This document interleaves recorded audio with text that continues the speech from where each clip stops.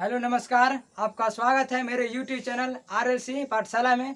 जैसा कि आप लोग जानते हैं, मैं कक्षा 12th के अवकलन को ख़त्म कर दिया हूं और आज समाकलन अर्थात कि इंटीग्रेशन पढ़ाने जा रहा हूं। ध्यान से देखिएगा, बहुत ही महत्वपूर्ण चैप्टर है अर्थात कि अवकलन और समाकलन। ध्यान से सुनिएगा, अवकलन और समाकलन ये दोनों से मिलाकर कम से कम 30 से 35 नंबर का क्वेश्चन आता है। अवकलन और समाकलन को मिलाकर केवल 100 नंबर के क्वेश्चन में 30 से 35 नंबर का क्वेश्चन आपको मिलेगा अवकलन और समाकलन को मिलाकर।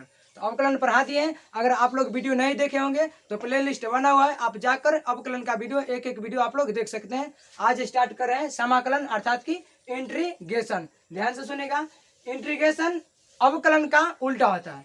अगर अवकलन की सारी फार्मूला अगर याद है तो आपको समाकलन का एक एक फार्मूला याद हो जाएगा। बस आपको अवकलन का फार्मूला याद करना पड़ेगा।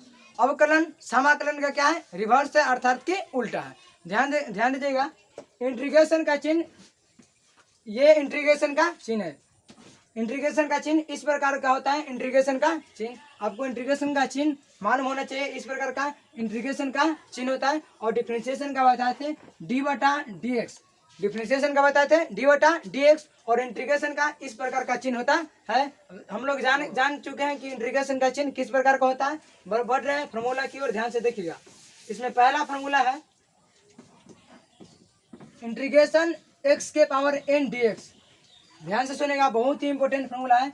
ये 2 से 3 बार फॉर्मूला, डायरेक्ट फॉर्मूला ही ऑब्जेक्टिव के रूप में पूछा है। और उसके बाद ये पर best example x⁴ dx, integration x⁴ dx formula होता है x⁴n+1 बटे n+1 और प्लस c मतलब कांस्टेंट। इंटीग्रेशन में c मतलब कांस्टेंट। इंटीग्रेशन एक्चुअली 2 प्रकार के होता है, एक का नाम है अनिश्चित समाकलन और एक का नाम है निश्चित समाकलन अर्थात इनडेफिनिट इंटीग्रेशन और डेफिनिट इंटीग्रेशन। तो आज ये सब है। जब भी आपको प्लस c दिखाई देगा, ध्यान से सुनिएगा, जब भी आपको प्लस c दिखाई देगा तो समझिएगा वो है इनडेफिनिट इंटीग्रेशन अर्थात कि अनिश्चित समाकलन है। और जब भी आपको प्लस c नहीं दिखाई देगा तो आप लोग समझिएगा जो डेफिनिट इंटीग्रेशन है अर्थात निश्चित समाकलन है। तो मैं आज अनिश्चित समाकलन स्टार्ट कर रहा हूं, जिसमें पहला फॉर्मूला है integration x⁴n dx। Integration x⁴n dx यहाँ होता है फॉर्मूला, x पावर में 1 जोड़ देना है और उसी चीज को नीचे लिख देना है x n+1 और बटे में n+1 प्लस c हमको अनिश्चित समाकलन तक प्लस c लगाना है। और निश्चित समाकलन में जाते ही प्लस c नहीं लिखेंगे, क्योंकि अनिश्चित मतलब जिसका कोई निश्चित नहीं, अर्थात कुछ ना कुछ कांस्टेंट ग्रुप में प्राप्त होगा, इसीलिए हम यहाँ पर प्लस c लिखते हैं। और निश्चित समाकलन में नाम से स्पष्ट है डेफिनिट अर्थात कि निश्चित ही। तो कोई भी काम को निश्चित करते हैं तो उस काम को पूरी तरह से अच्छी तरह से कर लेते हैं। और अनिश्चित कहने का तात्पर्य यह है कि काम थोड़ा किए हैं और थोड़ा बचा हुआ है, इसी कारण से यहाँ पर प्लस c लगता है। उम्मीद करते हैं समझ में आ गया होगा जो प्लस c यहाँ पर क्यों लगा। अब बात करते हैं x⁴n, integration x⁴n dx, x⁴n+1 बटा n+1 प्लस c आपका ये सूत्र है। ध्यान से देखिएगा, इस पर क्वेश्चन बता रहे हैं। क्वेश्चन है x⁴2 dx। क्वेश्चन है x⁴2 dx।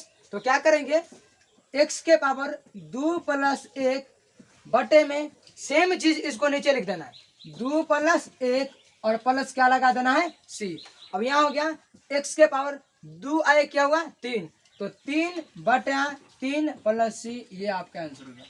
ऑब्जेक्टिव में पक्के हर एक साल पूछता है, फॉर्मूला ध्यान में रखिएगा x⁴n dx, x⁴n+1 बटा n+1 प्लस c। और ये क्वेश्चन हुआ x²। अब आप लोगों को मौखिक निकालना है। अगर सिंपल इंटीग्रेशन x² करें तो एक ऊपर जोड़ देना है और एक नीचे लिख देना है। जैसे x⁴4 तो x⁴5 बटे 5 plus c, x⁴6 x⁴7 plus 7 बटे c, x⁴10 x⁴11 बटे 11 प्लस c। और क्वेश्चन कराते हैं, देखिएगा x⁴8 dx। अब जोड़ देंगे एक ऊपर और जो चीज ई पर लिखेंगे वही नीचे लिख देना है। अर्थात यहाँ पर 9 था तो क्या लिखा गया नीचे 9 और प्लस के c। देखिएगा और x⁴10 dx, x के पावर 10 dx अर्थात कि x के पावर 11/11 प्लस c। एक जोड़ देना है और उसको नीचे लिख देना है, x के पावर 11/11 प्लस c। उम्मीद करते हैं पहला टाइप समझ में आ गया। x के पावर n आएगा तो x के पावर n+1/n+1 प्लस c कर देना है। जिस प्रकार से किए हैं उसी प्रकार से आप लोग बना दीजिएगा। टाइप सेकेंड पर चलते हैं। टाइप सेकेंड में जिस प्रकार से अवकलन में बताए थे कांस्टेंट के रूप में गुना होता है, ध्यान से सुनिए थोड़ा सा। d/dx बताए थे और बताए थे k x के पावर n, और k मतलब क्या था, जिससे गुना हो। तो जिससे गुना हो उसको क्या कर देते थे, बाहर। तो सेम कंडीशन यहाँ पर भी करेंगे। इंटीग्रेशन में जिससे आपको गुना कर दिया जाएगा उसको क्या कर देना, हमको बाहर कर देना है। देखिए क्वेश्चन नियम देखिए, k इंटू एक्स के पावर n dx अर्थात x के पावर n में कितना से गुना है, k से। तो k को क्या कर देंगे, बाहर। तो k आ गया बाहर, बचा x के पावर n dx, x के पावर n dx, और यहाँ पर k हो गया x के पावर n। फॉर्मूला लगा देंगे x के पावर n+1/n+1 प्लस c। ये आपका आंसर हो जाएगा। इस पर क्वेश्चन देखते हैं, ध्यान से देखिएगा। 8 x के पावर 7 इंटीग्रेशन करना है। क्या है, 8 x के पावर 7 और इंटीग्रेशन करना है। तो इंटीग्रेशन में यहाँ पर कितना से गुना है, 8 से। तो जिससे गुना रहता है उसको बाहर कर देना है, जिससे गुना रहता है उसको क्या कर देना है, बाहर। तो यहाँ किससे गुना है, 8 से। तो 8 को बाहर कर देना है। x के पावर 7 dx लिख देना है। उसके बाद 8 गुना x के पावर क्या है, 7। तो x के पावर 7 है तो +1 ऊपर जोड़ना है और +1 जो चीज ऊपर लिखेंगे उसको नीचे लिख देना है। अर्थात x के पावर 8/8 और प्लस c। 8 से 8 कैंसिल, तो आंसर हुआ x के पावर 8 प्लस c। ये आपका आंसर हो गया। कुछ और क्वेश्चन की सहायता से आपको बता रहे हैं, देखिएगा। केवल फार्मूला याद रखिए, x के पावर n dx अपने आप बन जाएगा। देखिए नियम है क्वेश्चन पहला, इंटीग्रेशन, फिर दूसरा कुछ क्वेश्चन लिख रहे हैं।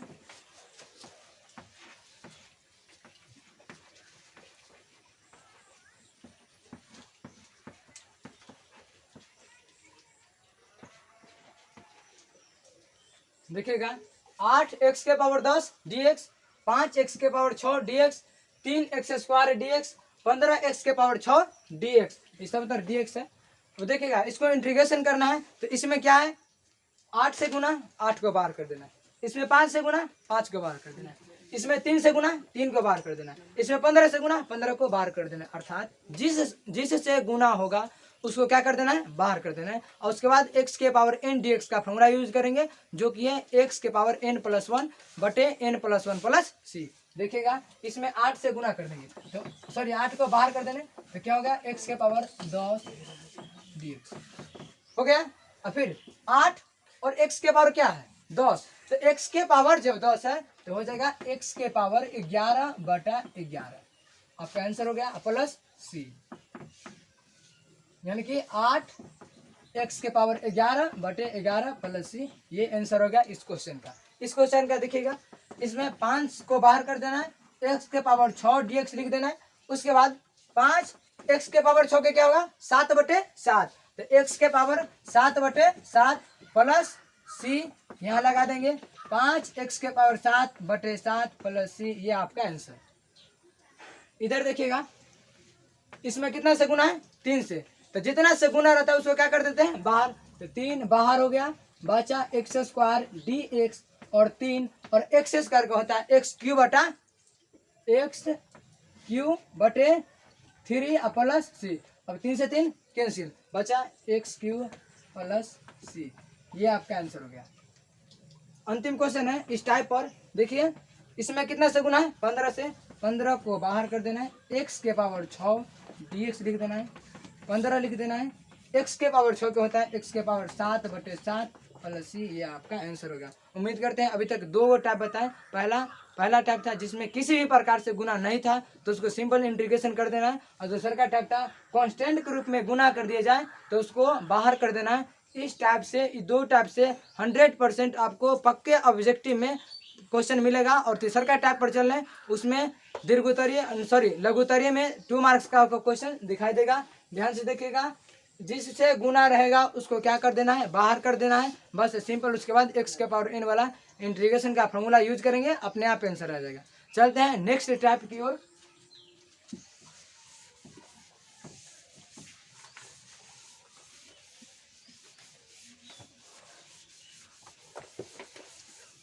नेक्स्ट टाइप में जिस प्रकार अवकलन में पढ़ाए थे, जोड़ के नियम, घटाव के नियम, गुणा के नियम, भाग के नियम, सेम उसी प्रकार से समाकलन में भी है। जोड़ के नियम, घटाव के नियम, गुणा के नियम, भाग के नियम। लेकिन ध्यान से सुनेगा, अभी ये जोड़ के नियम, घटाव के नियम सिंपल है, लेकिन गुणा के नियम यहाँ पर इसको नाम दिया जाता है आइलेट फॉर्म। गुणा को कहा जाता है यहाँ आइलेट फॉर्म। तो उसको बाद में पढ़ेंगे गुणा के नियम को, अर्थात वही पढ़ेंगे जोड़ के नियम और घटाव के नियम। देखेगा जोड़ के नियम, समाकलन के नियम, समाकलन के नियम, इसमें पहले पढ़ेंगे जोड़ का नियम।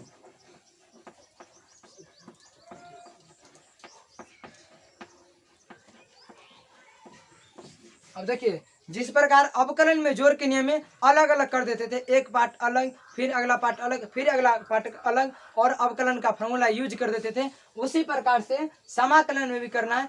हर एक पार्ट को अलग अलग कर देना है और समाकलन का फॉर्मूला लगा देना है। क्वेश्चन फॉर्मूला के रूप में देखते हैं।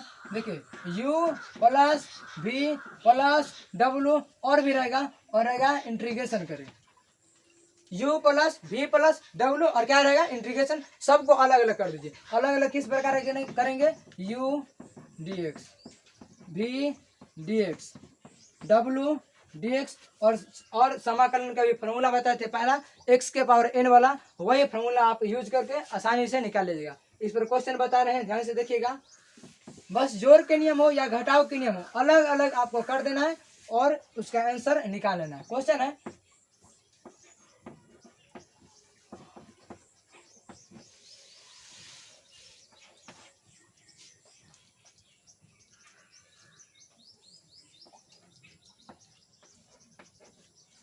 चार x cube plus 3x square plus 6x, इसको क्या करना है, इंटीग्रेशन निकालना है। इस प्रकार के प्रश्न आपका प्रश्नावली में दिया हुआ है, बना लीजिएगा। देखिए अलग अलग कर दीजिए, 4x cube dx plus 3x square dx plus 6x dx, अलग अलग कर दिए। 4x क्यूब के अलग कर दिए, 3x स्क्वायर को अलग कर दिए और 6x को अलग कर दिए। अब क्या करेंगे, अब बताए थे, अभी जस्ट बताए थे, मतलब इसमें कितना गुना है, 4 से, तो 4 को बार कर देंगे। इसमें कितना से गुना है, 3 से, 3 को बार कर देंगे। इसमें कितना से गुना है, 6 से, 6 को क्या कर देंगे, बार। अब देखिएगा 4x cube plus 3x square plus 6x dx। अब देखिएगा 4x क्यूब, x क्यूब का भी बताए थे, एक ऊपर जोड़ देना है और एक ऊपर जो जोड़ का जो प्राप्त होगा उसी को नीचे लिख देना है। अर्थात कि x के पावर 3 है तो क्या लिख देंगे, x के पावर 4/4 प्लस 3। अब x स्क्वायर को क्या लिखेंगे, x के पावर 3/3, तो अर्थात कि x के पावर 3/3 प्लस 6। यहाँ पर ध्यान दीजिए, यहाँ पर x के पावर 1 है, x के पावर क्या है 1, तो x के पावर 1 रहे तब पर भी हमको वही नियम लगाना है, एक ऊपर जोड़ देना है और एक नीचे जोड़ देना है, अर्थात x स्क्वायर बटे 2 और प्लस में c।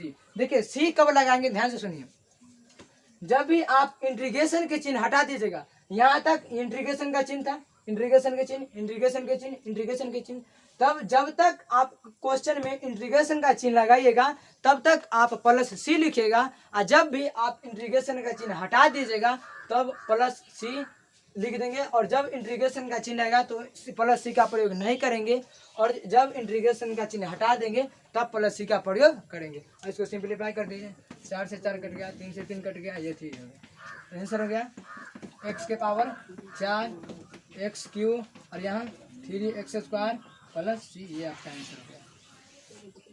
एक्स के power 4 plus x cube plus 3x square plus C, आपका क्या हो गया, आंसर हो गया। अर्थात कि जोड़ का नियम हो या घटाव का नियम हो, दोनों में आपको अलग अलग कर देना है और आपको सिंप्लीफाई कर देना है। यहाँ पर कुछ ऑब्जेक्टिव में फॉर्मूला बता रहे हैं जो कि बहुत ही इंपॉर्टेंट है और सब्जेक्टिव में भी काम आता है, ध्यान से देखिएगा, बहुत ही इंपॉर्टेंट है। बोर्ड में 2-3 बार पूछा हुआ गया प्रश्न है। देखिए रहेगा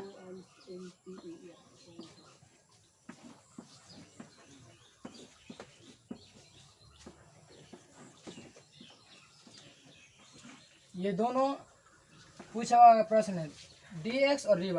ध्यान से देखिएगा इधर क्या लिखेंगे। अभी बताए थे समाकलन अवकलन का उल्टा है, या अवकलन समाकलन का उल्टा है, कुछ भी बोल सकते हैं। अवकलन समाकलन का क्या है, उल्टा है, उल्टा है। ध्यान से सुनेगा, यहाँ है केवल इंटीग्रेशन का चिन्ह और dx, और इसके छुपा हुआ है एक, इसमें भी छुपा हुआ है एक, इसमें भी छुपा हुआ है एक, तो डायरेक्ट इसको लिख देंगे x, क्योंकि इंटीग्रेशन और डिफरेंशिएशन चिन्ह आपस में उल्टा है तो क्या हो जाए, कट जाता है। जैसे देखिए 2 के उल्टा 1/2 तो कट जाता है, तो वैल्यू कितना आता है 1। उसी प्रकार से समझना है समाकलन अवकलन में क्या होता है, उल्टा। तो उल्टा है तो ये इंटीग्रेशन के चिन्ह और डिफरेंशिएशन के चिन्ह कट जाएगा, तो यहाँ पर x है तो क्या लिखा जाएगा, x। अब देखिए यहाँ पर हो जाएगा y और यहाँ पर हो जाएगा z। डी इंटीग्रेशन कट गया, डी इंटीग्रेशन कट गया, जो बचेगा उसको लिख देना। ये इंपॉर्टेंट है, तीनों ध्यान से सुनिए। एक बार और समझ लीजिए, जब आपको x रहेगा सोचे dx रहेगा, x लिख देना है, dy रहेगा y लिख देना है, dz रहेगा dz रहेगा तो z लिख देना है। अब इस पर क्वेश्चन देखते हैं। क्वेश्चन है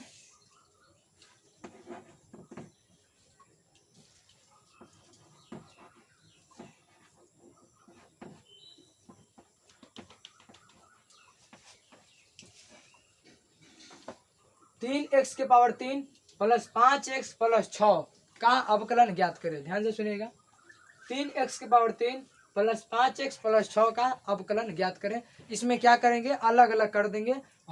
3x के पावर 3 को अलग कर देना है, 5x को अलग कर देना है और 6 को क्या कर देना है, अलग कर देना है। अलग अलग कर दीजिए, ध्यान से देखिएगा। देखिए यहाँ पर कंफ्यूजन ये हो गया कि 6 है तो इसका आंसर 0 लिख देना है। हम बताए थे डिफरेंशिएशन, ध्यान से देख लीजिए, हम बताए थे डिफरेंशिएशन में कांस्टेंट के रूप में रहेगा तो इसका आंसर क्या हो जाएगा, 0। अर्थात कि डिफरेंशिएशन में 6 का तो क्या हो जाएगा 0, लेकिन इंटीग्रेशन में इस 6 का होता है 6x। अभी बता रहे हैं, ध्यान से देखिएगा, यहाँ पर गलत नहीं, यहाँ पर 0 नहीं लिखेगा, ध्यान दीजिएगा। यहाँ पर देखिए अलग अलग कर दीजिए, 3x³ dx plus 5x dx plus integration 6 dx। अब बताए थे जिससे गुना करेंगे उसको क्या कर देना है, बाहर। जिससे गुना करेंगे उसको क्या कर देना है, बाहर। तो बाहर इसमें कितना से गुना, 3 से, तो 3 को क्या कर दीजिए बाहर। x³ dx प्लस इसमें 5 से गुना है, 5 बाहर, x dx। इसमें कितना से गुना है, 6 से, तो 6 बाहर। अब बचा केवल 1 dx। आप एक लिख भी सकते हैं या नहीं लिख सकते हैं, एक लिख भी सकते हैं या नहीं लिख सकते हैं। अब देखिए 3x³ क्या हो गया, x 4/4 प्लस 5। अब यहाँ पर देखिए x के पावर क्या है 1, तो x के पावर 1 है तो इसका वो क्या हो जाएगा, x के पावर 2/2 प्लस 6।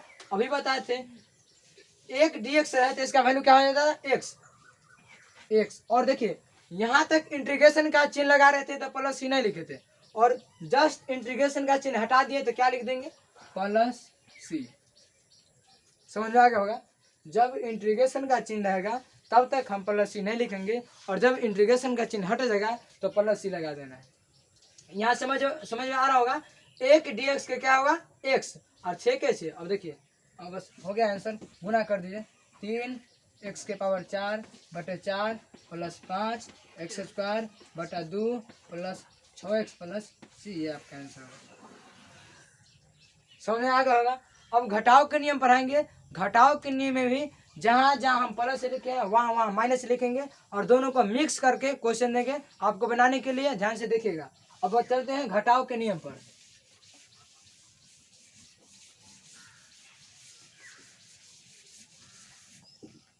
घटाव के नियम, केवल नाम ही क्या है घटाव का नियम, केवल प्लस जहां जहां प्लस लिखे थे वहां वहां क्या लगा देना है माइनस। और सिंपल जिस प्रकार से एक्स के पावर एन वाला फॉर्मूला अर्थात कि एक्स के पावर एन प्लस वन बटा एन प्लस वन प्लस सी का यूज किए उसी फॉर्मूला का यहाँ पर भी उपयोग करेंगे। देखिए घटाव का नियम, घटाव का नियम,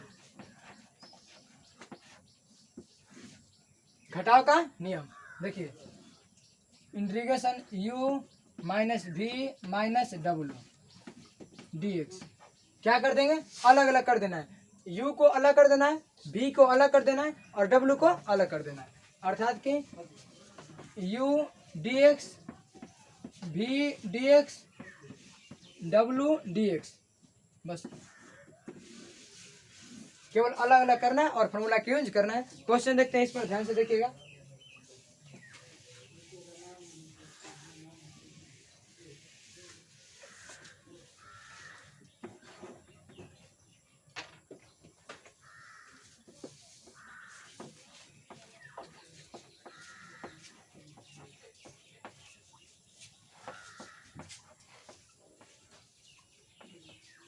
देखिए एक एग्जाम्पल बता रहे हैं, उसके थ्रू पूरा क्लियर हो जाएगा। 3x² माइनस 5x के पावर 4 माइनस 2x माइनस 5 अलग अलग कर देंगे और कहानी खत्म हो जाएगा। देखिए 3x² dx, यहाँ dx लिखना जरूरी है, माइनस 5x के power 4 dx minus 2x dx minus 5 dx।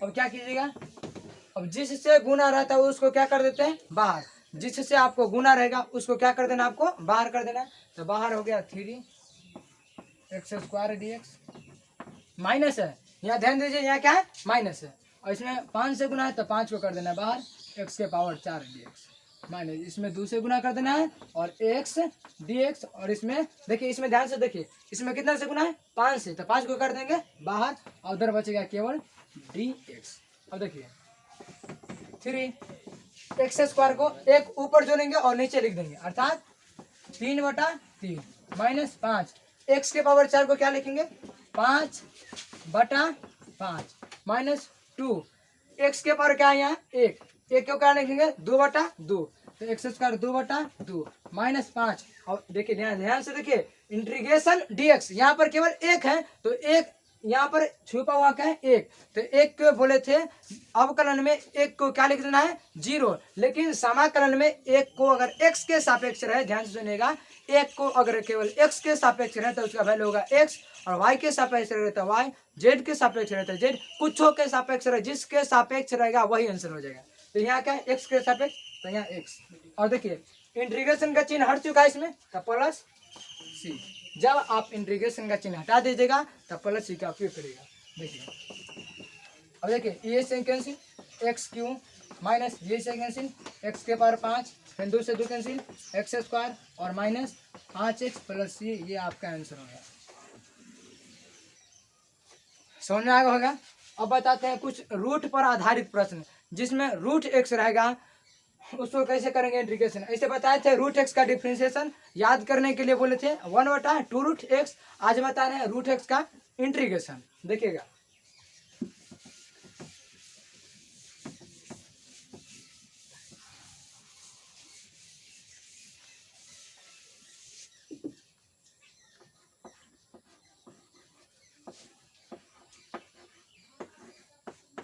Root x dx पहले बता देते हैं d/dx रूट x का क्या बताए थे 1/2√x। और यहाँ बताने जा रहे हैं रूट x का इंटीग्रेशन।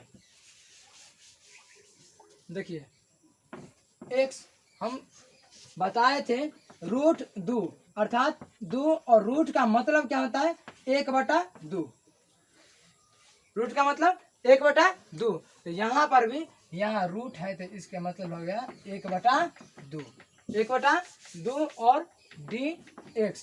अब यहाँ हो जाएगा x के पावर n वाला फॉर्मूला लगाएंगे, n+1 बोलेंगे, n+1 बोलेंगे और प्लस c बोलेंगे। अब देखिएगा यहाँ पर हो जाएगा, यहाँ क्या है x के पावर 1/2 dx है, तो x के पावर 1/2 प्लस 1 बटा में 1/2 प्लस 1 और प्लस c। इंटीग्रेशन के चिन्ह हट चुका है तो प्लस c। अब देखिएगा यहाँ x एलसीएम क्या हो गया 2, 1 प्लस 2 बटा यहाँ पर भी 1 प्लस 2/2 प्लस c। देखिएगा इधर x 2 1 कितना हो गया 3, तो x के पावर 3/2 बटे ये भी हो गया 3/2, तो 3/2 प्लस c। अब इसको क्या कर देना ऊपर पलट कर लिख देना है 2/3 x के पावर 3/2 प्लस c। ये आपका आंसर हो गया। तो उम्मीद करते हैं अवकलन का जोड़ का नियम, घटाव का नियम और अवकलन का सामान्य रूप बता दिए। अगली क्लास में मिलेंगे अवकलन के कुछ महत्वपूर्ण सूत्रों के साथ। तब तक आप लोग इसको रिवाइज कर लीजिएगा ताकि अगली क्लास में दिक्कत नहीं होगा। मिलते हैं अगली क्लास में। जय हिंद।